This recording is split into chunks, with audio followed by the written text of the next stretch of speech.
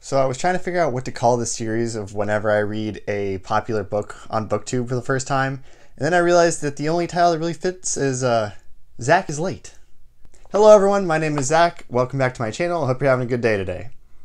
If you're not new to my channel, then you will notice we are in a new location. I have moved back into my parents' house for the foreseeable future, and I finally have a nice bookshelf behind me, so I'm like a real booktuber for once, finally. I also want to apologize for not uploading anything last week. If you saw one of my previous videos, I talked about my dad injuring his back, so I was spending time with him. But luckily, he's been cleared for desk duty, which means today I have the house to myself again, which is the introvert's paradise. And that also means I can film, which is a good thing because I just finished Six of Crows by Leigh Bardugo, and I want to talk about it. So let's start out with the very, very short review. Did I like it? Yes. Do I see why it's so hyped? Yes. Did I think it was perfect? No.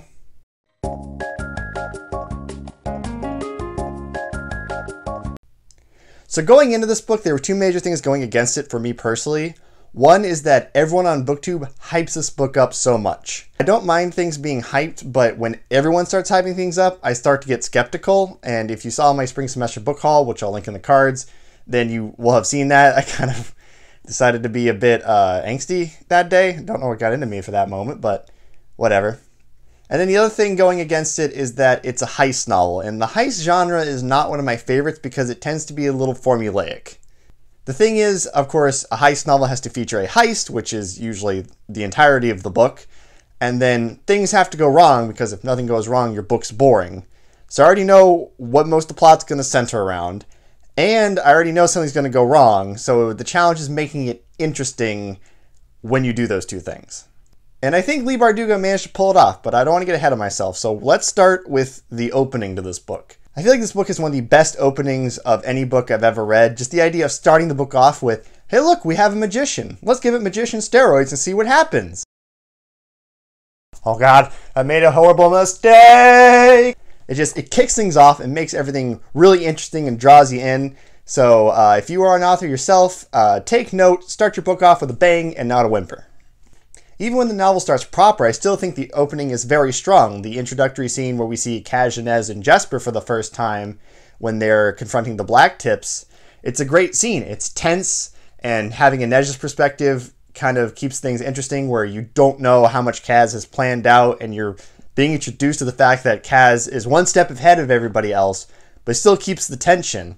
And so I think that was a great introduction to three of our characters, especially for Kaz, because Kaz is very much the center of this book. And so, again, authors take note, this is how you do it. So now that I talked about the opening, I want to go back to the heist for a minute. And I talked about how things have to go wrong, but I think one of the strengths of this book is everything that goes wrong is a realistic thing that goes wrong. A lot of times with heist stories, I have a moment where I'm just like, oh, come on.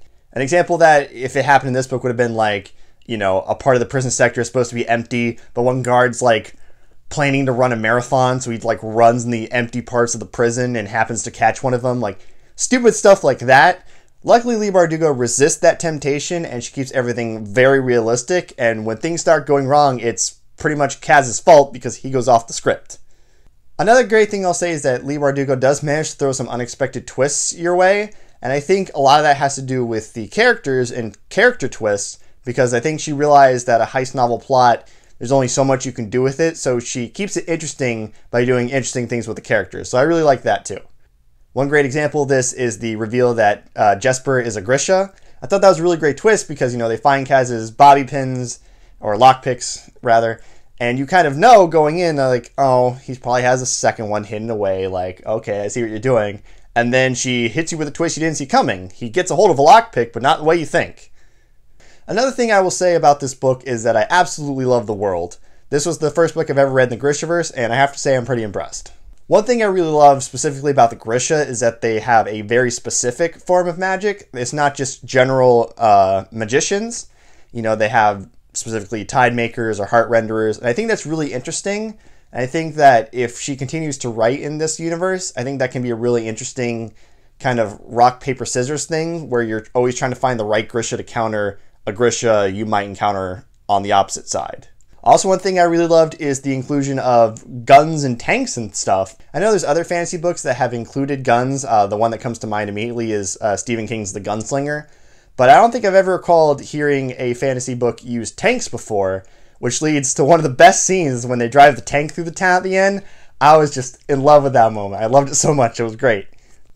Also, another thing I really appreciated is that even though it seems to be a rather small world, she still manages to populate the world with a lot of different cultures and religious beliefs.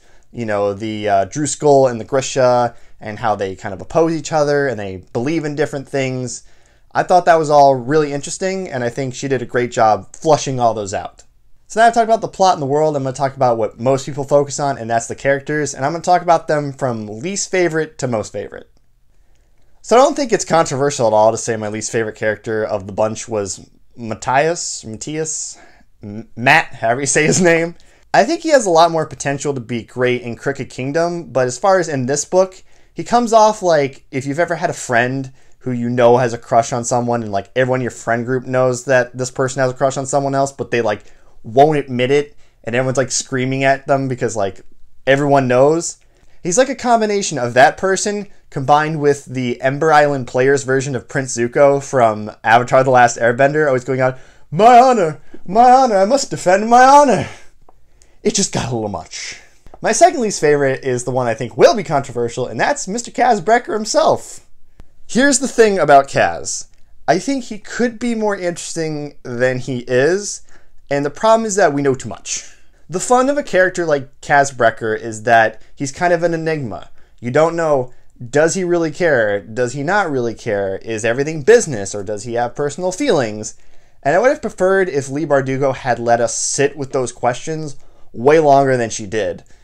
When they get on the ship after the attack of the harbor, you know, there's questions of, is Kaz so protective of Inej because she's so important to his business practices, or because he legitimately cares for her? And I thought, oh, this will be interesting to kind of sit and come up with my own belief, and then maybe she'll actually tell us at the end. And then you go to like the next chapter, and it's from Kaz's perspective, and they tell you outright, he's like, I gotta find a way to talk to Inej. I just gotta find an excuse. Like, you didn't even give me time to let it simmer. Like, I'm not really, like, the curiosity hasn't grown at all. You introduced a question and answered it immediately. That's no fun. Also, I'm kind of annoyed that Kaz and Inej are really a thing. I'm not so mad that Inej likes Kaz, but I feel like Kaz Brekker is a great opportunity to have a character in YA that doesn't really have romantic interests. He's more interested in revenge and the business and getting stuff done. I kind of wish Leigh Bardugo had stuck to having Kaz have platonic feelings for Inej, kind of like, you're important in my business and that's the most important thing to me, so I care for you, but I'm not really romantically interested, because there are people like this in real life that are so focused on their career or building a business that they don't have time, or even they don't even have interest in a romantic relationship. So I kind of wish Leigh Bardugo would have taken that opportunity to portray a character like that with Kaz and not just throw him into another romantic relationship.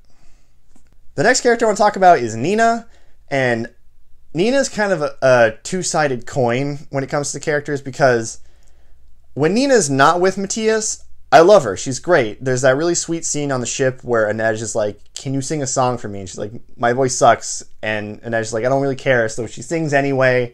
And I thought that was a really great scene to see them together in, and it was really sweet. And I really liked moments like that with Nina. But then she spends the majority of the book thinking about Matthias, and being with Matthias, and talking with Matthias, and melodrama with Matthias, and oh my god, stop. I know they're going to end up together. Like, it's not like an interesting will they, won't they situation. Like, everyone knows they're going to end up together. Come on. Come on. You're not fooling anyone, Leigh. My third favorite character was Wylan. Wylan is just adorable. He's like a nice little honey bun of a character. He's so precious, and just, I cared a lot for him. I was kind of the goody two-shoes of my group growing up, so like I kind of identified with him a lot. But just the fact he's like this sweet runaway with a knack for creating explosions and explosives. Love it. My second favorite character was Jesper. I really liked Jesper. I really love the idea of a gunslinger in a fantasy novel, even though I haven't read Stephen King's The Gunslinger, because, you know, I'm the best. But just the fact, like, he's so protective of his guns, and just, his chemistry with Wylan, I swear to God, if Wylan and Jesper don't end up together in Crooked Kingdom, I'm gonna be mad. I also really love with Jesper the reveal that he's a Grisha, and he talks about it where he's like, I don't want people to know because I don't really care. Like, yeah, I could do magic, but like, I love my guns and I'd rather use my magic abilities to create bigger and better guns. Like, that's so much fun. I love it. Like, have a magician that's like, I don't want to be a magician. I don't even care. And I thought that was something so unique for fantasy that I've never seen. And so that just made the character 10 times better in my opinion. And the absolute best character, I will hear no other arguments, is Inej. She's the best. She's the best that the strong girl's ever been done. She gets nervous, but she never gives up.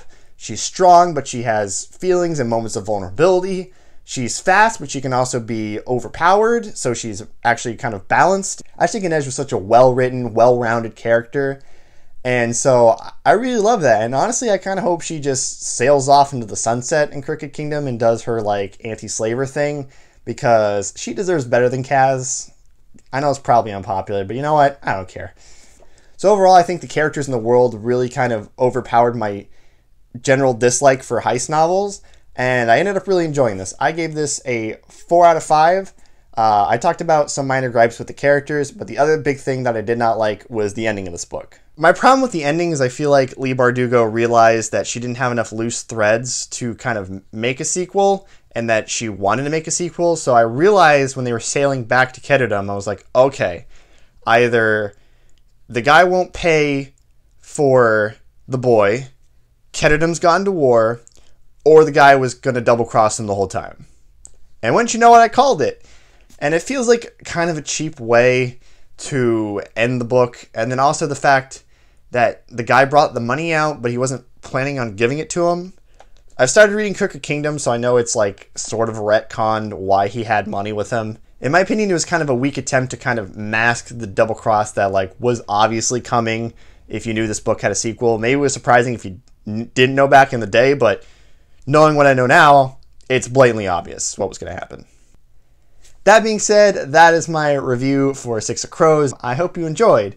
If you liked this video, feel free to give it a thumbs up. Feel free to subscribe if you feel so inclined, and I will see you next time.